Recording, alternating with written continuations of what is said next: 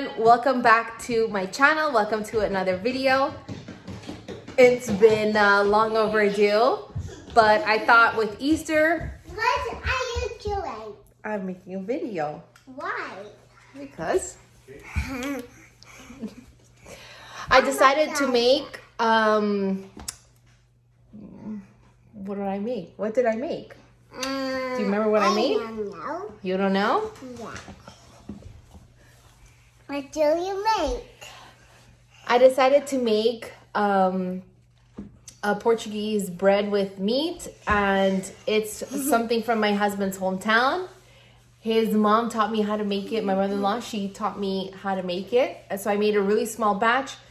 Probably don't use the exact same things that she uses, but I came close to it with what I could find. And it's a folar. I want to check your heart. Hi. Can you wave, Luca? Wave hi. Don't scream. Folar de Chaves, and I did a step-by-step recipe so you can see how I did my version, I would say, of it as best I could, and it comes out pretty good. My husband likes it, so that's all that really matters to me because I make it for him. And yeah, I made two bolos, so you'll see, two folares. And so yeah, keep watching and let's get into it. Here are the ingredients. I have Portuguese chourico, like a hot salami, it's Portuguese style, and of course bacon. Obviously these are all the same brands that just happened that way. We also have 5 eggs, parsley, and some quick rise yeast. Your eggs, you want to make sure that you put them in lukewarm water. We're going to start with the yeast mixture first. I'm putting in 1 package with a little bit of salt, 60 milliliters of water. I also have some margarine. This is half a cup of margarine. And now with the flour. Quantities I used, I'm going to leave them below and on the screen so you can see. First we mix in the flour. Here you can see I'm just weighing it on the scale so I know exactly how many grams I am using. And I'm sure you can tell by now, but I was using one hand to film and one hand to prep everything. So a little bit of the footage is kind of wonky, but that's okay. Now I'm adding in the water. I put in the salt. And now the yeast. If you can let the yeast rise a little bit more, it'll probably help out, but I was in a rush when I was making this. And now you just mix everything together. And of course I need to add in the eggs next. It's always best to open the eggs in another container or a bowl, just so you don't get any of the shell in your mixture. Now you want to mix in the eggs. Usually the flour should be a little bit more powdery, so then you can mix it all in and use your fingers like a whisk and mix it all together. This is some olive oil that we warmed up on the stove. As you're blending everything together and you're kneading the dough, you want to add in a little bit at a time of this to see the texture of it. You want it to be more soft.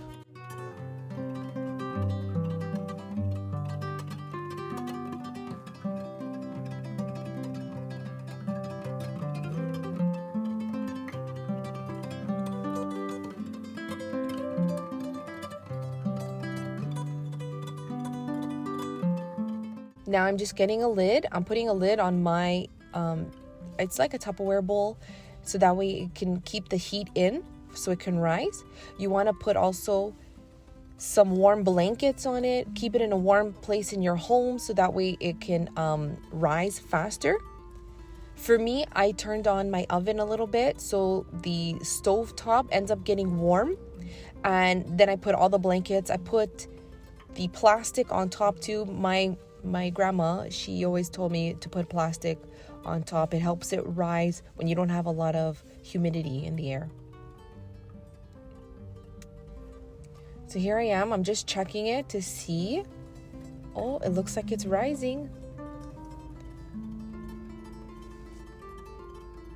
Now I'll let that rise a little bit more, and we're gonna prep our two pans. We're using the margarine, and we're gonna basically coat the entire pans. Once you're done the pans, let's prep all the meat. We're gonna cut up into small pieces everything. And we also want to wash our parsley, cut up into pieces if you can.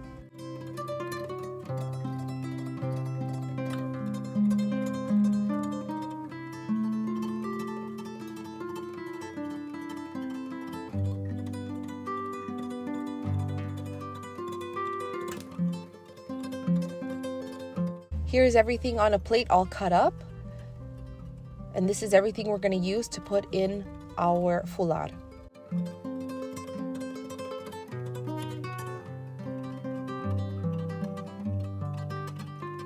Let's take a look at our bread. It has rised. It looks really good. We're going to start the process. I'm also checking here. Sometimes you can tell if it's finished rising when you poke it and it kind of goes down a bit. That's when you know it's ready to be used. On a clean counter, I sprinkled some flour, and we're gonna get a piece of the dough, lay it out on our table.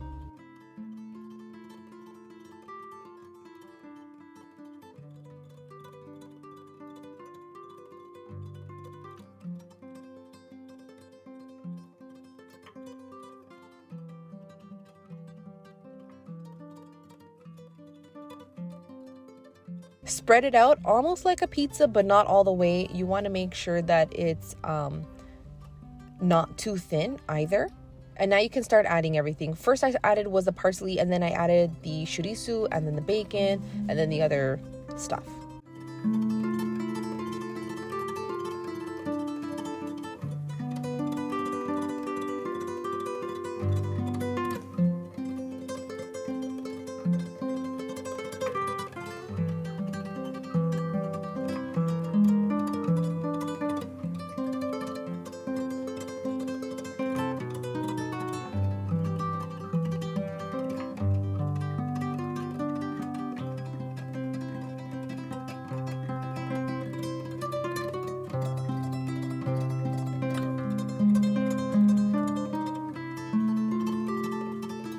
This is what it usually looks like when you're about done, and then you start wrapping it all, folding it in the pieces to put in your tray. One step that I missed was once you put in the tray, you should let it rise for a little bit more covered, but I was in a rush, so I didn't do that step.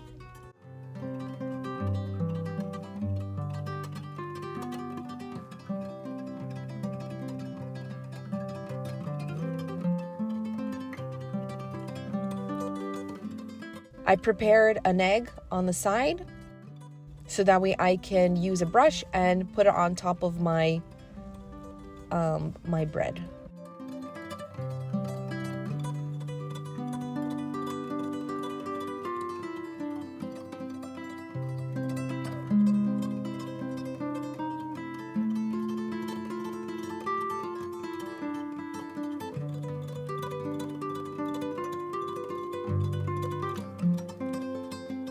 It's ready to go.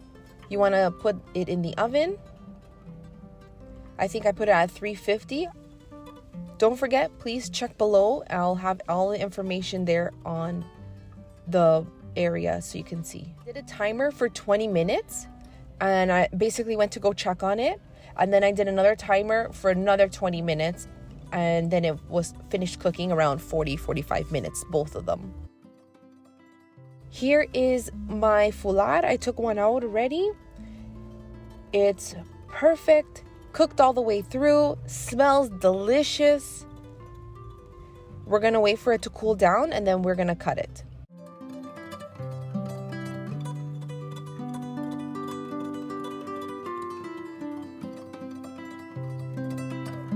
Let's take a look. Of course, cutting with one hand and filming in the other.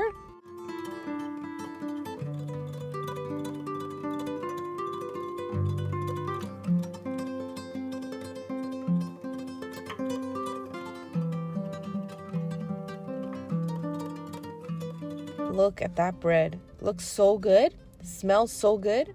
Well, thank you for watching. I hope you guys enjoyed the video, and hopefully you try making it on your own. Let me know in the comments below if you have anything that you guys want me to try to make. I made this. I'm going to make a few other things as well and try and post them up here so you can see what I like, traditional things I like to make. So yeah, I enjoy these traditional recipes. Hope you guys enjoyed. Please give it a thumbs up and subscribe for more videos. Later, YouTube.